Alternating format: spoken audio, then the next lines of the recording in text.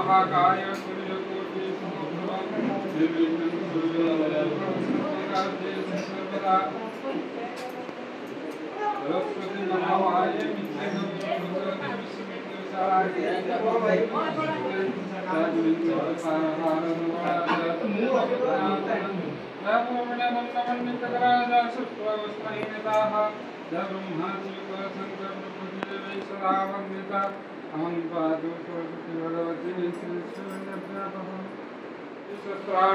सहति पावकं जनिं वदन्ति आपनो ससति मारुतः ईश्वर सर्वभूतानां हृदये अर्जुन तिष्ठति ब्रह्मणं सर्वभूतानि यन्तरूढानि एवं प्रणाम जनाब शिक्षायतन नियुक्त जड़े शिक्षक यदि छात्र समाज रे आदृत होती तथा तांको प्रति छात्र समाज रे स्वतःभक्ति सृष्टि हुए से ही निजर शिक्षकता व्रतर सार्थकता प्रतिपादन करते सेहीपरि शिक्षक जदि छात्र को सुगुण द्वारा प्रभावित करी श्रद्धा और स्नेहर प्रभाव सृष्टि करिबारे समर्थ होती से ही होती प्रकृत गुरु निजर निरलस निष्कपट जीवन यापन मध्य छात्र को समाज रे उत्तम मनुष्य रूपे प्रतिष्ठित कराइबारे समर्थ होती तांको गुरु मानक मध्य उत्तम स्थान मिले तेणु चलतु आमे आमर मंदभ्यास परित्याग करी सच्चरित्र गुणज्ञानी निर्लोभ सच्चोट और समाजसेवी शिक्षक भाव में निजक मार्जित करी आम स्कूल परिवेश को करी तोलिबा सत्यवादी बड़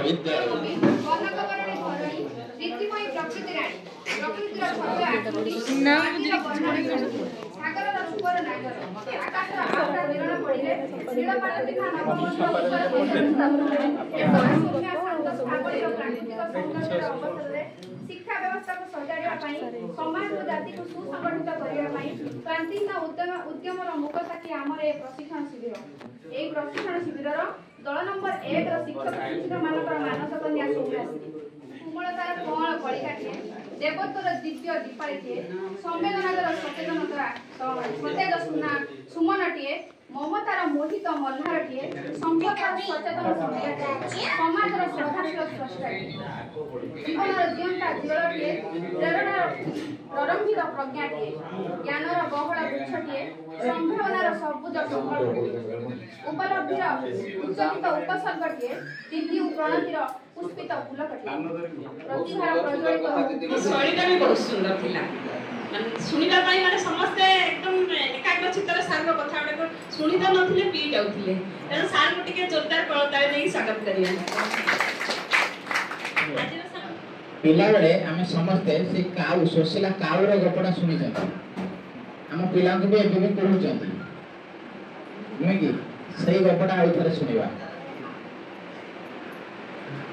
काउटिए खरारे उड़ी उड़ी जाउ थाए चोरे शोष कला गोटे पात्र रे पानी थुबार देखिला उड़ी आसी पात्र ऊपर बसला ता थंट पाइलानी सेठु से मने पकाइला मो बापा ठीक एमती गोटे परिस्थिति सम्मुखीन होइतिले सेति पई से कोन करतिले ना सब गोड़ी की खुंटी के ता भीतर सकाल तो संध्या जाय पकाइले शेष रे पानी टिके ऊपर को उठला परे से पानी की पी की उड़ी जाइतिले सेठु कोन कले से कुआटी ना चारियाडे गोड़ी खोलिले बाबा गोड़ी पाइले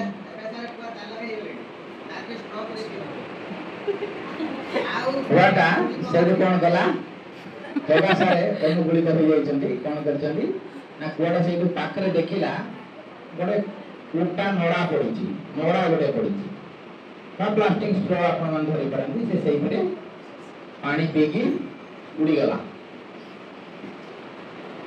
तो गप डाकुर ना गुडी हम पिला बेले सुनिथला गपटु टिके भिन्न सेतबे गुरुकुल आश्रम थाए चारि जण सांग गुरुकुलरु पास करके आसिले आसला पर माने रास्ता चली गोटे बड़ पड़िया पड़ा घास पड़ियार माने चली जड़े कहला एपटे गोटे बलद जापटे गोटे बलद जापरे कि बाट गला कहला आउ जन कहला बलदर ना बाँखीटा ना बलदर बाँखीटा ना आउ जन कहला बलद पिठी घा बलद पिठी गोटे घा तीन जन सार तीन कथा कहले प्रथम जन कौन कहला एपटे गोटे बलद जापर जन कहला जे बलदर आँखीटा ना ତାପରେ ଜଣକ କହିଲା ବଳଦ ପିଠିରେ ଗୋଟେ ଘା ହେଇଛି, ଆଉ ଜଣେ କହିଲା ବଳଦର ନାଞ୍ଜଟି ନାହିଁ। କିଛି ବାଟ ଗଲା ସେମାନେ ଘାସ ପଡ଼ିଆ ଅତିକ୍ରମ କରିଗଲେ। ଅତିକ୍ରମ କରିଗଲା ପରେ ସେମାନେ ଘାସ ପଡ଼ିଆ ଘାସ ମୁଣ୍ଡରେ ଜଣେ ଚାଷୀକୁ ଭେଟି ପଡ଼ିଲେ। ସେ ବହୁତ ବ୍ୟସ୍ତ ବିବ୍ରତ ଜଣା ପଡ଼ୁଥିଲା। ପଚାରିଲେ ମାନେ ପଚାରିଲେ ଭାଇ କ'ଣ ହେଇଛି? ନା ଆମର ଗୋଟେ ଜିନିଷ ହଜିଯାଇଛି। ନା କେଉଁ ଭଳିଆ ଜିନିଷଟି?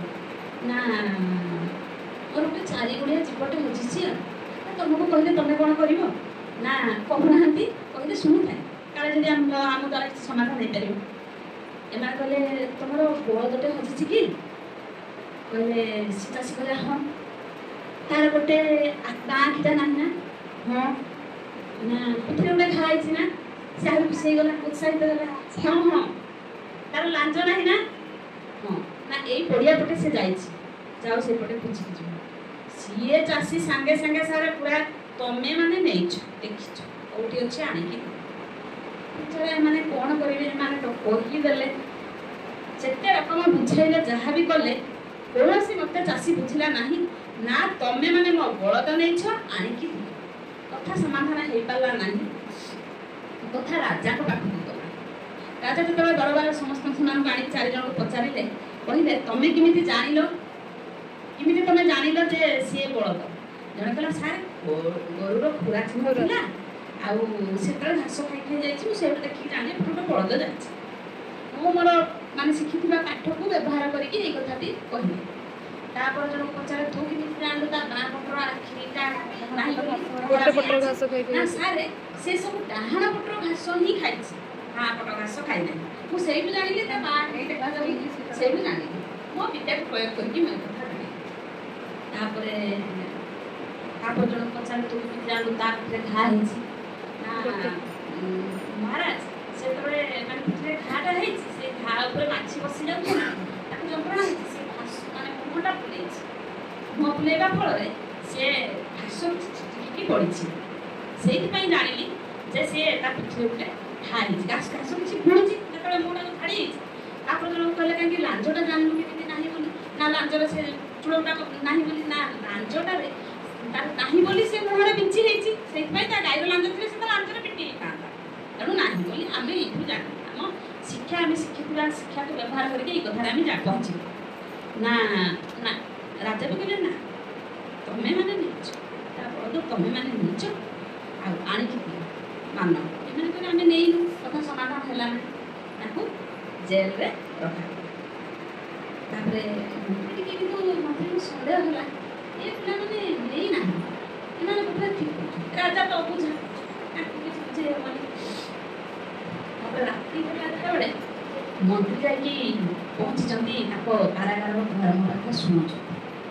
ଜଣେ ଆଉ ଜଣକୁ କହୁଛନ୍ତି, ମାନେ ତାଙ୍କ 4 ଜଣ ସାଙ୍ଗ କଥା ହେଉଛନ୍ତି। ବୁଝିଲୁ ନା ଆମ ରାଜା ହେଉଛନ୍ତି ସିଏ। କ'ଣ କହିଲେ? ଆମ ରାଜା ହେଉଛନ୍ତି ସିଏ। ତାପରେ ଜଣେ କହୁଛନ୍ତି ହେ ସିଏ ହେଇଥିଲେ ଥାନ୍ତା ସିଏ। 3 ନମ୍ବର କହୁଛି ଛୋଟ ଛୋଟଙ୍କର ନଥାଏ ସିଏ। 4 ନମ୍ବର କହୁଛି ହେ ଥାଉ କି ନଥାଉ ଇଏ ହେଉଛନ୍ତି ସିଏ। ବୁଝିପାରୁଛନ୍ତି? ମନ୍ତ୍ରୀ କଥାଟା ଶୁଣିକି ଆସିକି ରାଜାଙ୍କୁ କହିଲେ ମହାରାଜ ସେମାନେ ଏଇଭଳିଆ କଥା ହେଉଛନ୍ତି। ନା ଠିକ୍ ଅଛି, ତାଙ୍କୁ ପଚାରିଲେ କୁହ କାଲି ରାତିରେ ତମେ ସବୁ କ'ଣ କଥା ହେଉଥିଲ? ସେମାନେ ବିଚାର 4 ଜଣ ଡରି ଥରିଲେଣି, କ'ଣ କରିବେ? ତାପରେ କହିଲେ ଜଣେ ତା ଭିତରୁ କହିଲା ମହାରାଜ ଆପଣ ଯଦି ମୁଣ୍ଡ ରଖିବେ ତୁଣ୍ଡ ଖୋଲିବେ। ନା ହଉ କଥା ଦିଆଗଲା, କିନ୍ତୁ କିଛି ଦଣ୍ଡ ଦିଆଯିବନି। ନା ନା ମୁଁ କହିଲି ଆମ ରାଜା ଗୋଟେ ବଳଦ। ମୁଁ ପ୍ରଥମେ କହିଛି ଆମ ରାଜା ଗୋଟେ ବଳଦ। ସିଏ କହିଲା ଯେ ବଳଦ ହେଇଥିଲେ ସିଂହ ଥାନ୍ତା, ବଳଦ ହେଇଥିଲେ ସିଂହ ଥାନ୍ତା। ତାପରେ ଜଣକ କହିଲା ଛୋଟ ଛୋଟ ମାନଙ୍କର ସିଂହ ନଥାଏ। ତାପରେ ଜଣକ କହିଲା ଥାଉ କି ନଥାଉ ସିଏ ପୁରା ସିଏ, ତାମାନେ ରାଜାଙ୍କର ସିଂହ ଥାଉ କି ନଥାଉ ସିଏ ବଳଦ। ତାମାନେ ସମସ୍ତେ ବୁଝିପାରିଲେ ଯେ ପିଲାମାନେ ଭାବିବା, ତାଙ୍କୁ କ୍ଷମା କରାଗଲା। ଆଉ ରାଜା ରାଜ କର୍ମଚାରୀଙ୍କୁ ଆଦେଶ ଦେଲେ ଯେ ସେ ଚାଷୀର ବଳଦକୁ ଖୋଜିବା ପାଇଁ। ଯେ ଜାଣିଲେ ଯେ ଏମାନେ ଆକ୍ଚୁଆଲି ତାଙ୍କ ଶିକ୍ଷା ଅଭିଜ୍ଞତାରୁ ଏଇ କଥାଟା ସେମାନେ କହିଛନ୍ତି।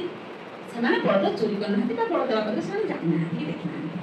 ଏଇଟା ବସ୍ତୁ ସହିତ ଶ୍ରେଣୀଭିତ୍ତିକ ପାଠ୍ୟ ଖସଡ଼ା ଗୁଡ଼ିକ ନିର୍ଦ୍ଦିଷ୍ଟ ଅଟେ। ଶିକ୍ଷଣ ଫଳାଫଳ ଗୁଡ଼ିକ ମଧ୍ୟ ସମାନ।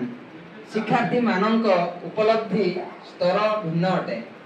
ଯଦିଓ ପ୍ରତ୍ୟେକ ଶିକ୍ଷାର୍ଥୀଙ୍କୁ ସମାନ ବିଷୟବସ୍ତୁ जड़े शिक्षकों द्वारा समान शैली रे शिक्षादान करा जाए तथापि सेमानकर ज्ञान आहरण करिवार दक्षता और विकास भिन्न भिन्न होता है।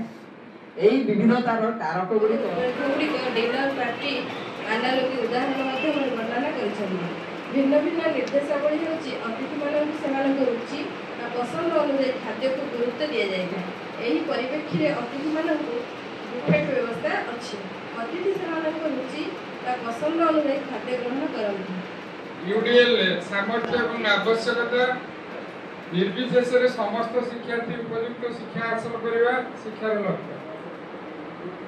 सेमती डीआई शिक्षार्थी व्यक्तिगत आवश्यकता को अधिक गुरुत्व देता है।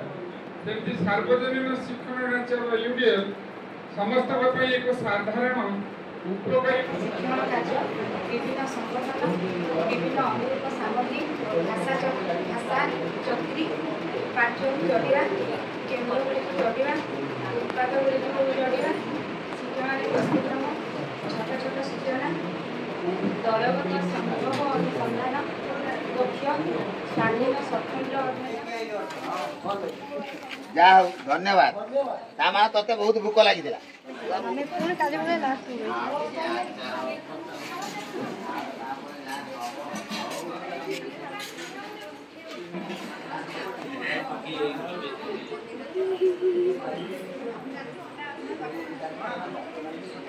खाइबा